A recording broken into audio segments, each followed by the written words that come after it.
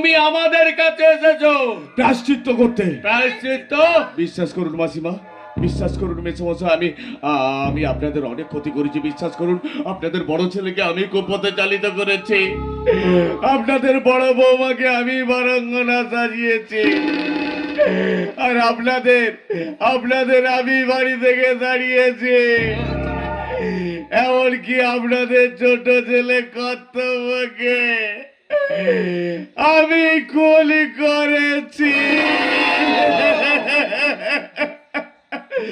আর সেই পাপের ফল স্বরূপ তাই তো আমি আপনাদের সসম্মানে আমার আন্ডারগ্রাউন্ডে চোরা কুঠরিতে নিয়ে যেতে চাই। আমার কোথাও যাবো না। হ্যাঁ বুড়ো, তোমরা না গেলে তোমাদের বাবা যাবে।